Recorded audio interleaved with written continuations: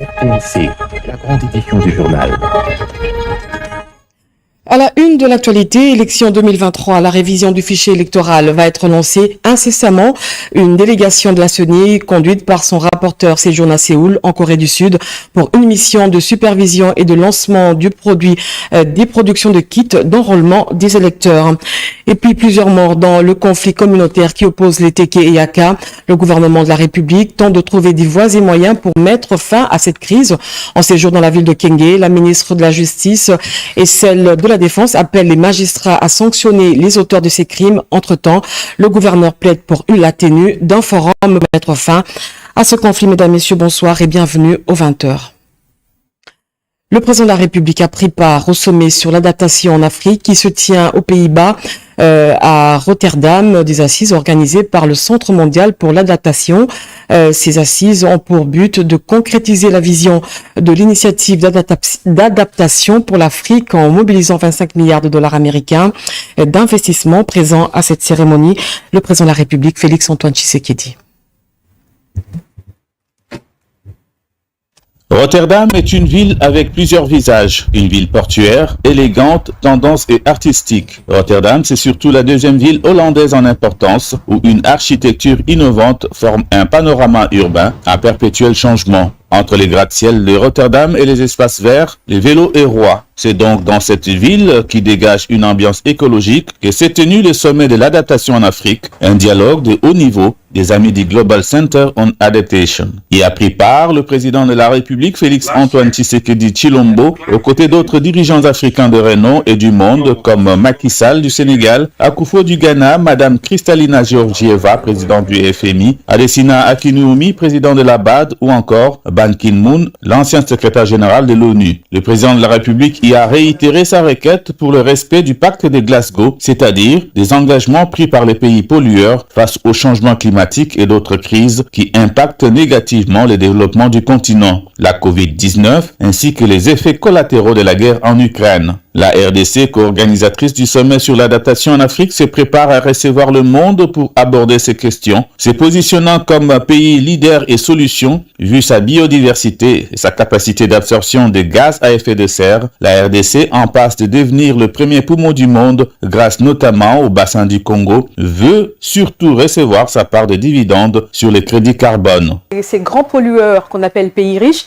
doivent composer avec la République démocratique du Congo pour pouvoir trouver des solutions à ce dérèglement climatique. Ça devient quand même assez urgent parce que si on a promis autant de millions à Glasgow aujourd'hui, avec ce qu'on a comme effet qui est assez quand même spectaculaire, tout ce que nous voyons aujourd'hui, on se rend compte que c'est même peu et qu'il faut le faire rapidement et très vite, voilà. Et donc c'est pour ça, c'est ça qui explique même la présence du chef de l'État ici, parce qu'il avait proposé un plan assez intéressant, un plan d'action de relance verte, quand il était président de l'Union africaine. Il a fait pas mal de propositions en tout cas, et il s'érige, on va dire, comme ambassadeur de ces questions environnementales, non seulement pour son pays, mais également il fait un plaidoyer pour toute l'Afrique, pour tout le continent africain, mais c'est pour qu'ensemble nous puissions trouver des solutions à ce qui touche le monde aujourd'hui. Donc la RDC a un rôle très important et très stratégique aujourd'hui quand on parle de lutte contre le réchauffement climatique. L'Afrique a besoin de 36 milliards de dollars par an pour faire face aux impacts négatifs actuels du changement climatique. Elle n'en perçoit que 6, a rappelé le président de la République, donc doublement lésé par les changements et les financements climatiques. Nous venons faire un plaidoyer justement pour plus de moyens pour l'Afrique qui, comme vous le savez, est le continent qui impacte le moins sur le changement climatique, mais qui en subit les plus graves conséquences. Et malheureusement, tous les engagements qui ont été pris dans les COP passées, y compris la COP26 à laquelle j'ai participé personnellement, tous ces engagements, disais-je, n'ont pas été rencontrés. Et nous venons donc enfoncer davantage le clou pour sensibiliser la communauté internationale. Félix Antoine Tshisekedi, le père du plan d'action de la relance verte de l'Union africaine, un plan dont le Centre mondial pour l'adaptation s'est inspiré pour créer le programme d'accélération de l'adaptation en Afrique. Objectif, mobiliser environ 25 milliards de dollars d'ici 2025 en faveur de l'Afrique. À travers ce programme, l'Afrique peut à coup sûr contribuer à la réalisation de l'objectif mondial d'adaptation, a signifié le président dans son appel réitéré à la communauté internationale. En marge du sommet de Rotterdam et sur des sujets d'intérêt commun, le président de la République a eu des entretiens bilatéraux tour à tour avec Nana Akufo-Addo et Macky Sall, homologue du Ghana et du Sénégal. Adesina Akinwumi, le président de la Banque africaine de développement, Kristalina Georgieva, présidente du Fonds monétaire international, le programme Chrysoula Zakharopoulou du ministère européen des Affaires étrangères. Ban Ki-moon, le secrétaire général honoraire des Nations Unies. Outre ces personnalités, Félix Antoine Tshisekedi a rencontré Mark Rutte, le premier ministre des Pays-Bas. Avant de quitter la ville portuaire, le président Tshisekedi a tenu volontiers à rencontrer ses compatriotes résidant en Hollande,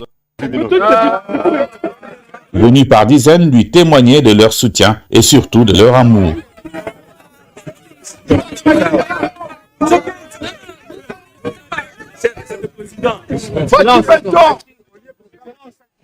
Lors de son intervention à Rotterdam, Félix Tshisekedi a invité les partenaires de développement à soutenir le programme d'adaptation en Afrique pour permettre les pays africains à atteindre leurs objectifs. Suivez cette intervention du président de la République. Je suis heureux de prendre part à ces importantes assises consacrées à l'adaptation en Afrique. À mon tour, je voudrais également déplorer l'absence des leaders des nations industrialisées ainsi que des représentants du secteur privé qui sont comme on le sait, les plus grands pollueurs et qui auraient eu des réponses ici immédiates à nos questions. Mais qu'à cela ne tienne, je suis convaincu qu'ils entendront parler de la portée de cet événement, pour lequel d'ailleurs je tiens à remercier les organisateurs de m'avoir invité à partager mes réflexions et porter la voix, ainsi que l'expérience de la République démocratique du Congo qui se positionne véritablement en pays solution face à la menace que représentent les changements climatiques. Nous savons tous combien le dérèglement climatique inhibe les efforts de développement sur le continent africain. Comme vous le savez, l'année dernière, j'ai assuré la présidence de l'Union africaine avant de passer le relais à mon cher frère, le président Macky Sall de la République du Sénégal. Ce mandat m'a permis notamment de prendre la vraie mesure des effets négatifs du changement climatique tels qu'ils se sont produits non seulement dans mon pays, la République démocratique du Congo, mais bien plus. J'ai constaté de visu les ravages énormes causés par le changement climatique dans d'autres régions et pays d'Afrique. Il se pose dès lors le sentiment d'injustice ressenti par le peuple africain. En effet, le continent africain est celui qui a le moins d'impact sur le changement climatique, mais paradoxalement subit la majorité des conséquences de ces fléaux. Mesdames et messieurs, en 2015, conscients de l'impact accru du changement climatique en Afrique, les pays africains ont lancé l'initiative d'adaptation pour l'Afrique afin de réduire la vulnérabilité du continent face au changement climatique. 7 ans plus tard, les effets de la mise en œuvre de cette initiative se font encore attendre. Les fonds promis ne sont pas versés. Nos partenaires de développement s'étaient engagés à nous attribuer 100 milliards de dollars par an avant 2020. Ces fonds devaient servir à appuyer les efforts faits par les pays en développement. Mais force est de constater que cet engagement n'a pas été respecté.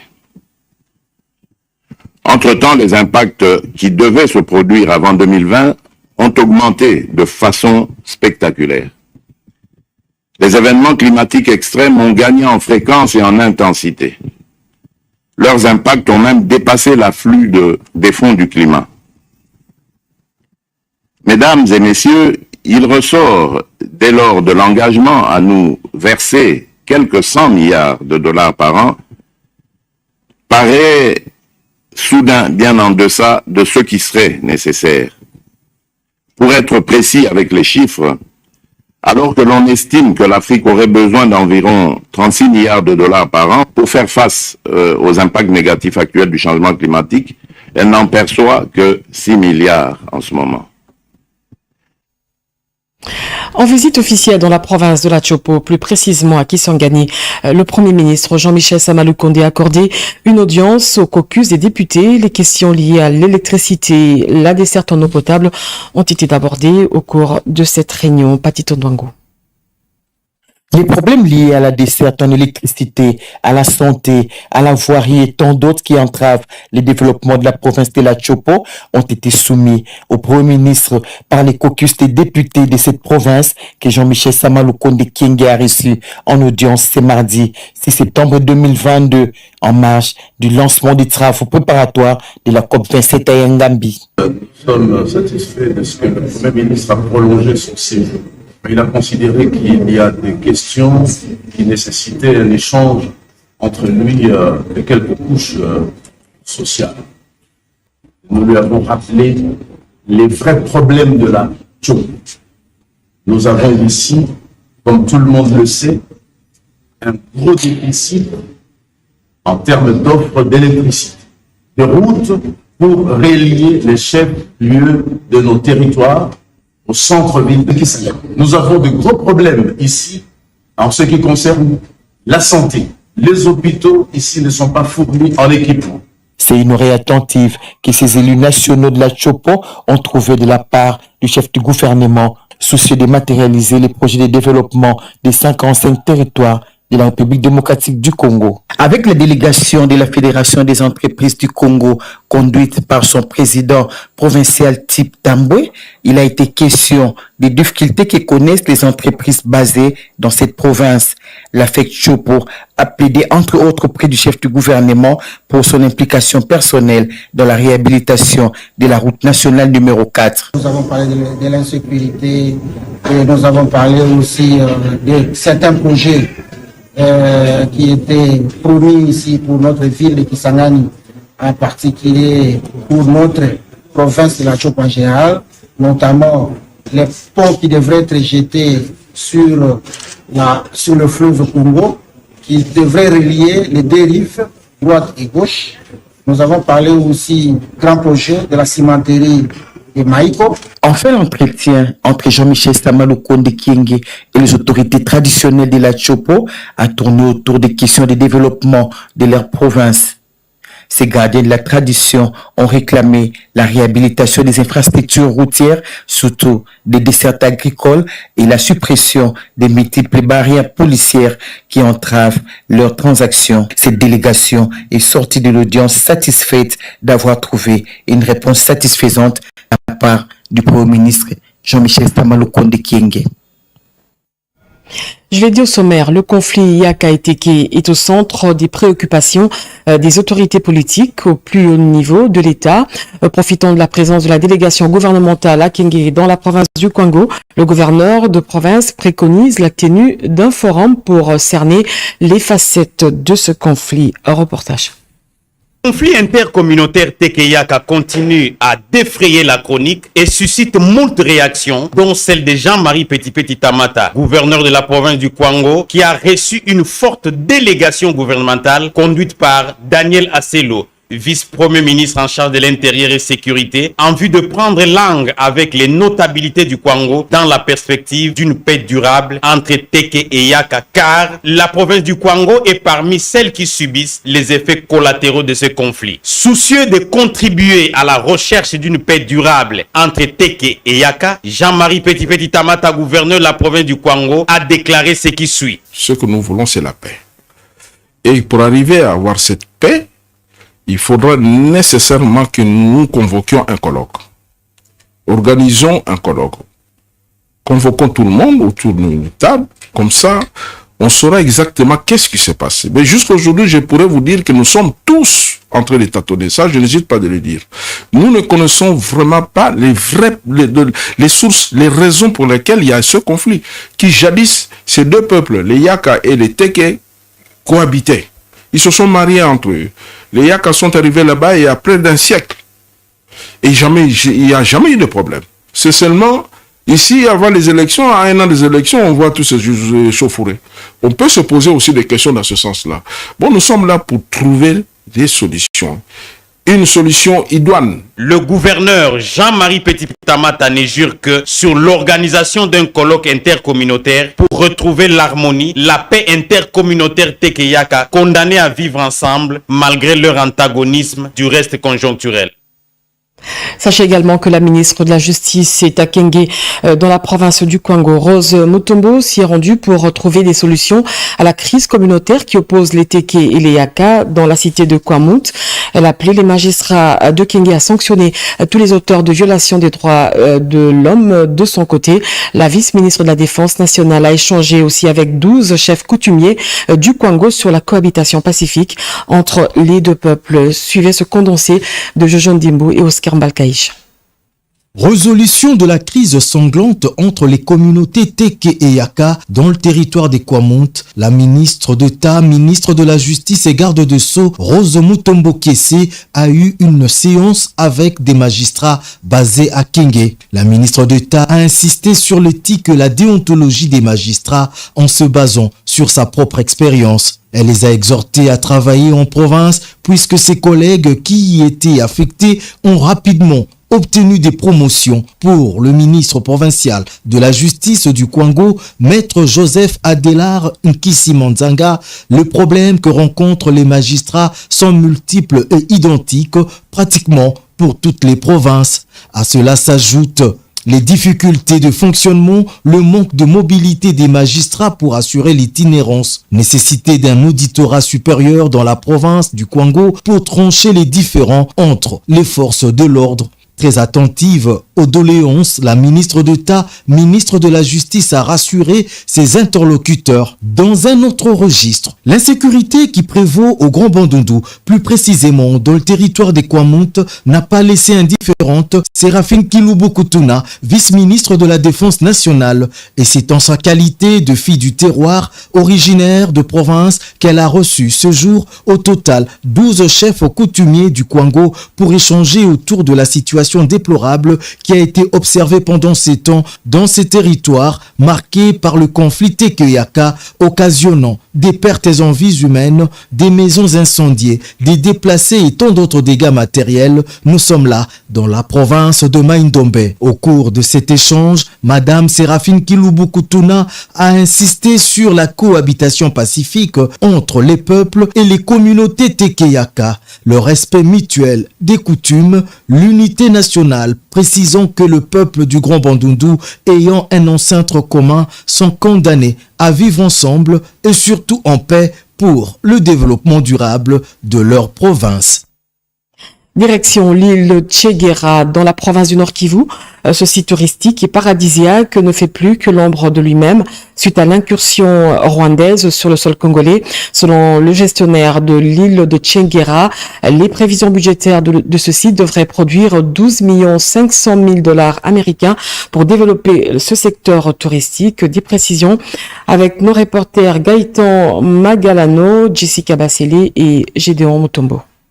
Situé sur le magnifique eau turquoise du lac Kivu, l'île de Tchegera, un lieu qui fait baver plus d'un touriste de par sa beauté. D'ici, le paysage panoramique du lac Kivu et de ses environs font rêver. L'île de Tchéguéra vous offre une vue spectaculaire sur le volcan de Nyiragongo et Nyamulagira, sans l'incursion sur le sol congolais du M23 parrainé par l'armée rwandaise. Le gouvernement RD congolais, à travers ces sites, aurait pu empocher une somme de 12 500 000 $ cette année. On s'attendait à 12 500 000 $ de recettes touristiques cette année 2022.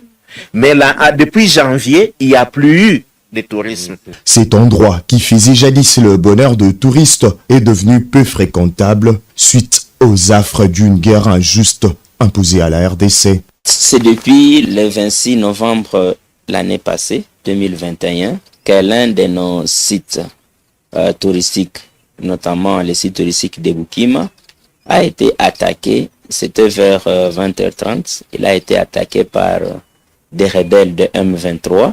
Sous l'œil impuissant de la communauté internationale, Sisi Kougarde relate le côté barbare de massacre de leurs collègues au banc des accusés, le régime de Kigali. Et l'M23, comme je peux vous dire, ils occupent les parties est du parc de Virunga, donc ce qu'on appelle le secteur Mikeno. À ce moment où je vous parle, les gorilles de montagne sont abandonnés. Selon le gestionnaire du site, le nombre de touristes ne fait que baisser suite à une guerre économique au profit du pays de mille collines. Entre-temps, l'île de Tchéguéra attend toujours ses touristes. Dans le cadre de la 3e réunion du groupe de suivi et de soutien à la transition du Mali, qui s'est ouvert dans la capitale togolaise, le président du Togo, Faure Gnassingbé, a reçu le vice-premier ministre, ministre des Affaires étrangères, porteur d'un message du chef de l'État Félix Antoine Tshisekedi. Christophe Lutundula a exprimé la solidarité du gouvernement congolais au peuple togolais face à la récente attaque terroriste. Doris Mozo et Henri Amaury.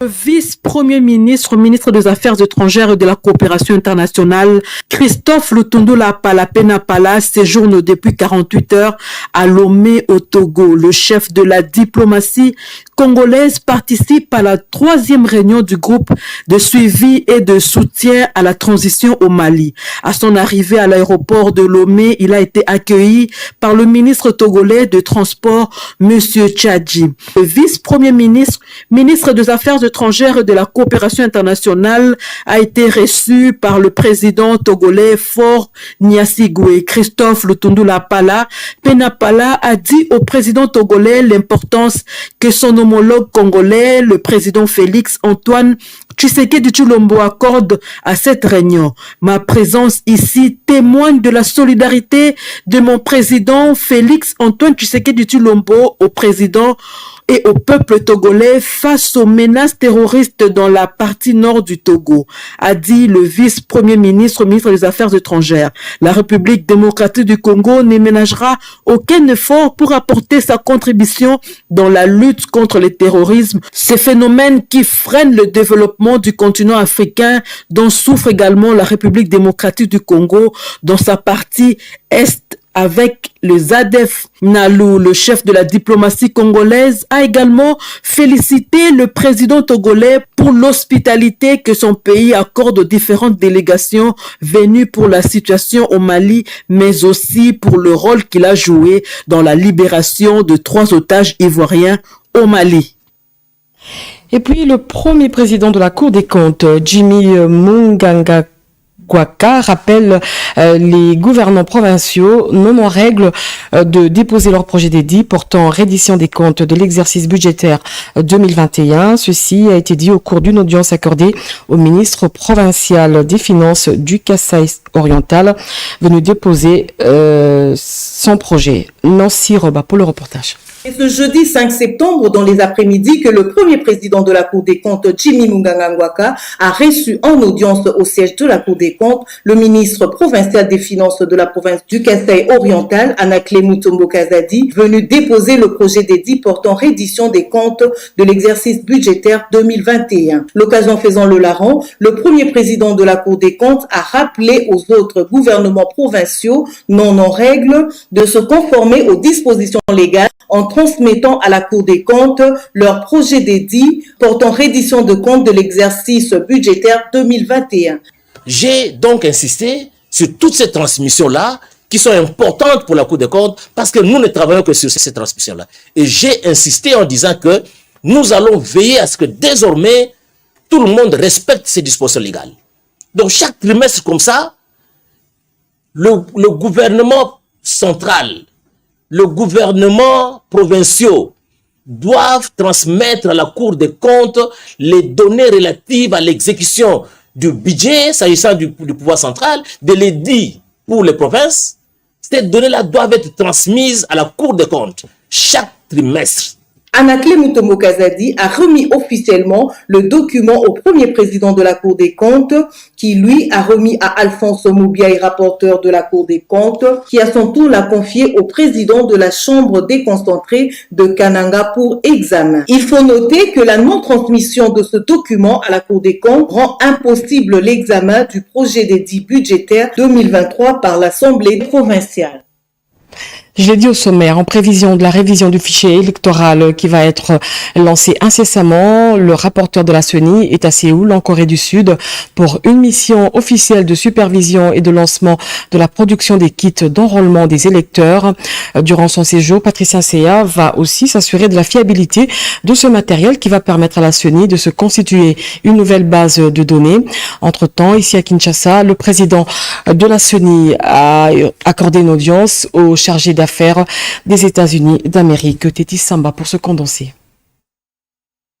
La Commission électorale nationale indépendante tient à l'organisation des élections dans le délai prévu par la Constitution de la République. Denis Kadima Kazadi, président de cette institution d'appui à la démocratie, a échangé avec Stéphanie Millet, chargée d'affaires à l'ambassade des États-Unis d'Amérique en RDC sur la question, aussi l'accompagnement de son pays au processus électoral. We've just had a meeting with the head of CENI, Mr. Kadima. Nous venons d'avoir une réunion avec le président Kadima, le président de la CENI, et nous sommes très satisfaits de cette réunion.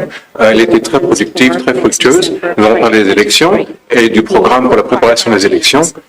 Et nous continuerons à nous réunir d'une façon régulière pour parler de la préparation des élections. Concernant les prétendues sanctions américaines contre Denis Kadima Kazadi, la diplomate américaine répond. We did not discuss this with President Kadima. There is no... Nous n'avons pas d'informations au sujet des sanctions.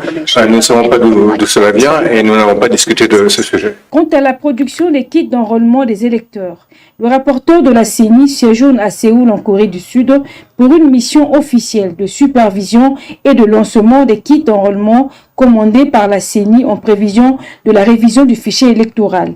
Aussitôt arrivé, Patricia Ntseya a été accueillie à l'aéroport international de Séoul par les représentants de Miru System, la firme sud-coréenne qui a gagné ce marché conformément à l'avis d'appel d'offres international lancé par la CENI. La porte-parole de la centrale électorale a présidé une réunion sur le briefing avec les experts de la centrale électorale arrivés sur place quelques semaines avant et qui ont eu d'intenses activités d'harmonisation des vues sur les préalables d'avant la production de masse, des kits et de la spécification technique. Il est de noter que la production effective des kits électoraux interviendra après que le mandataire de la CENI se soit rassuré de la fiabilité de ces matériels qui vont permettre à cette institution d'appui à la démocratie de constituer sa nouvelle base des données des électeurs.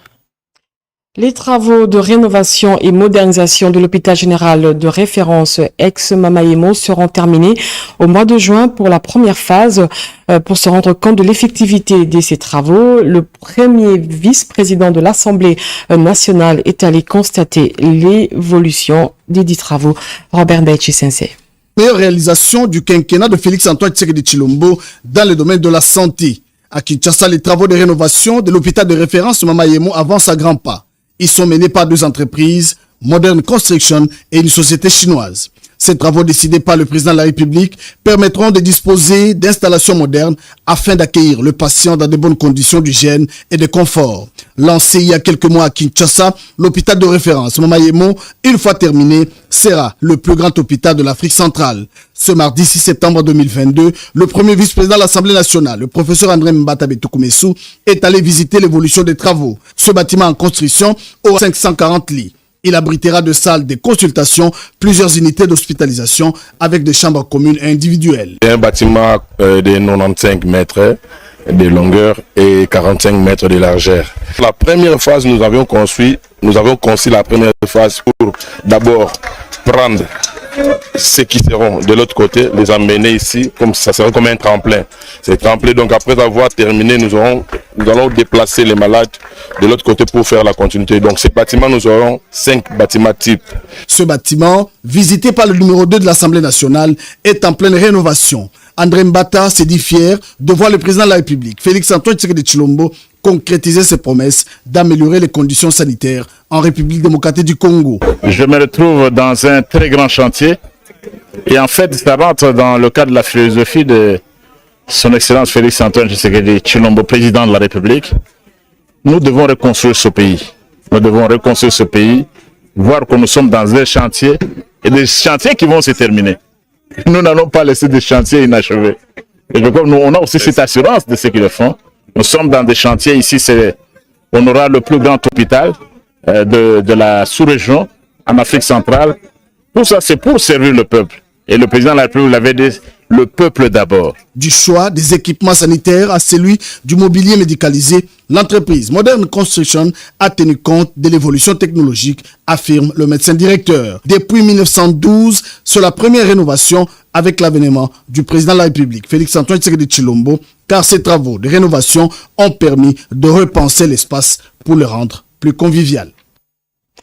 Souffrir d'une tumeur cancéreuse et espérer une guérison, l'espoir semble mince, surtout s'il s'agit d'une famille à faible revenu. Sandra Mouessi en souffre. Elle a subi une chirurgie grâce à l'apport de la fondation Hachi.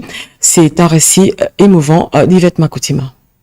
Sa vie n'a jamais été un long fleuve tranquille, même pas par moments. Elle saignait régulièrement, une souffrance atroce qu'a connue Sandra Mouessimbo pendant de très longues années. Il s'agit d'une maladie rare, une tumeur cancéreuse au niveau du front et son dos. Pas d'espoir pour une guérison, surtout le fait qu'elle soit issue d'une famille modeste. Ses parents ont pris contact avec HJ Foundation qui, par les truchements de son président, Harish Jattani, a répondu avec promptitude pour financer cette opération chirurgicale extrêmement délicate en faisant appel à une expertise internationale des spécialistes indiens. Le grand jour est enfin arrivé. Le bout du tunnel est là. Sandra Mouessimbo a passé ses examens préparatoires avant la chirurgie qui sera entièrement prise en charge par HJ Foundation. Visage rayonnant, Sandra Mouessimbo renoue avec le plaisir de vivre au grand bonheur de ses parents. Merci na HJ Foundation na wasalini ngai opération et l'équipe bien vraiment wana ba oba kingai ndenge sala kingai mais lelo na komi bien. Merci. HJ Foundation, connu pour ses œuvres philanthropiques, n'en est pas en sa première action sociale. D'autres prises en charge médicales pour des cas assez compliqués figurent sur la liste des bienfaisances. Une forte délégation d'une trentaine de personnes vivant avec handicap venues des 26 provinces revient d'une mission d'information sur l'organisation et le fonctionnement de la Fédération togolaise des personnes vivant avec handicap à Lomé, au Togo. De retour à Kinshasa, la délégation a fait la restitution de la mission à la ministre déléguée en charge des personnes vivant avec handicap et autres personnes vulnérables. Betty Amani, Diane Balaka pour le reportage. Cette délégation de personnes avec handicap venues de 26 provinces a été dépêchée par la ministre déléguée Irène Essambodiata à Lomé, au Togo. Ce, dans l'objectif de s'informer sur l'organisation et le fonctionnement de la Fédération togolaise des personnes avec handicap comme composante aux côtés du gouvernement, partenaires et secteur privé.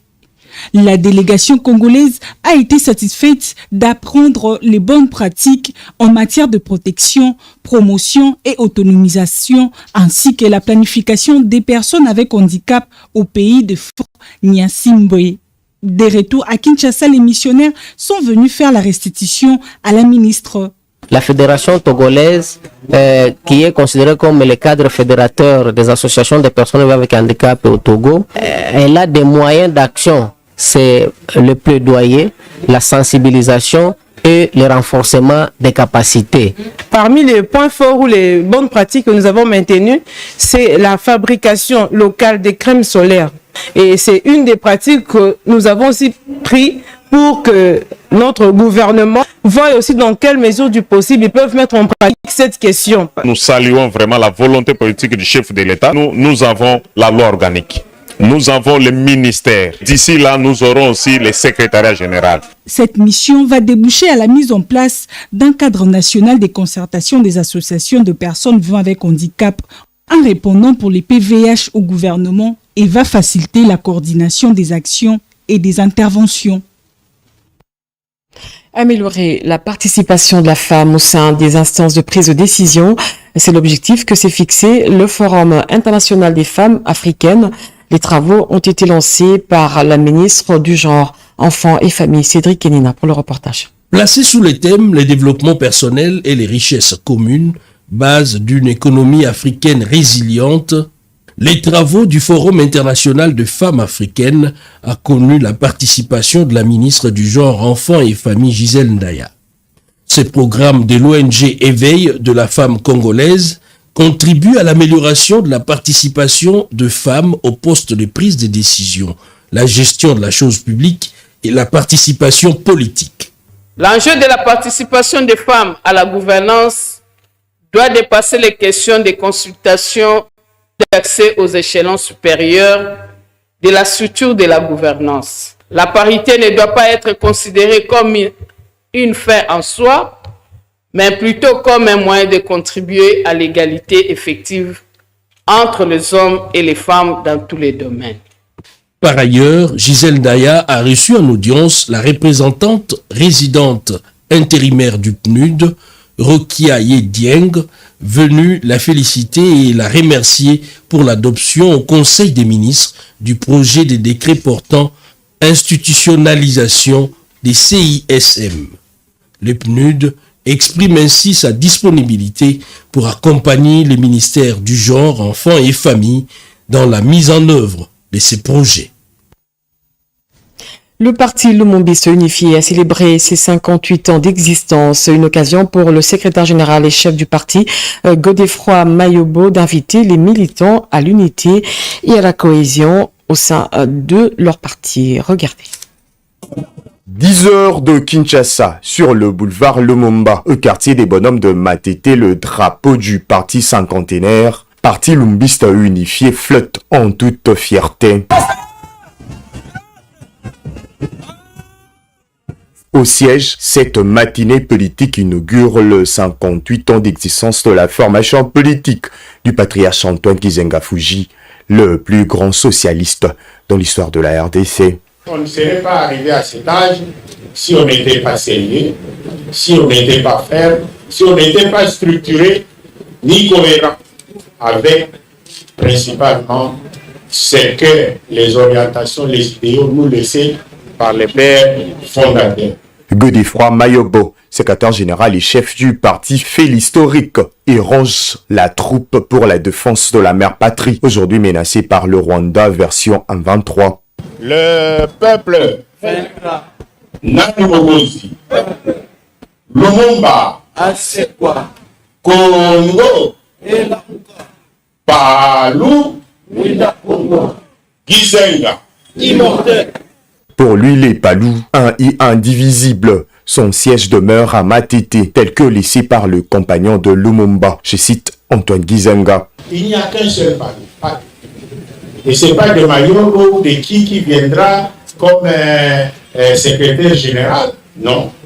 C'est le Palou laissé par Lumumba et Gizenga. C'est dans une ambiance de chant et danse que s'est clôturée cette matinée politique de 58 ans d'existence du Palou. Et c'est la fin de ce journal. Merci de l'avoir suivi. Je vous retrouve demain avec le même plaisir. José Baïtombo revient à 23h pour une autre édition d'information. D'ici là, portez-vous bien. Au revoir.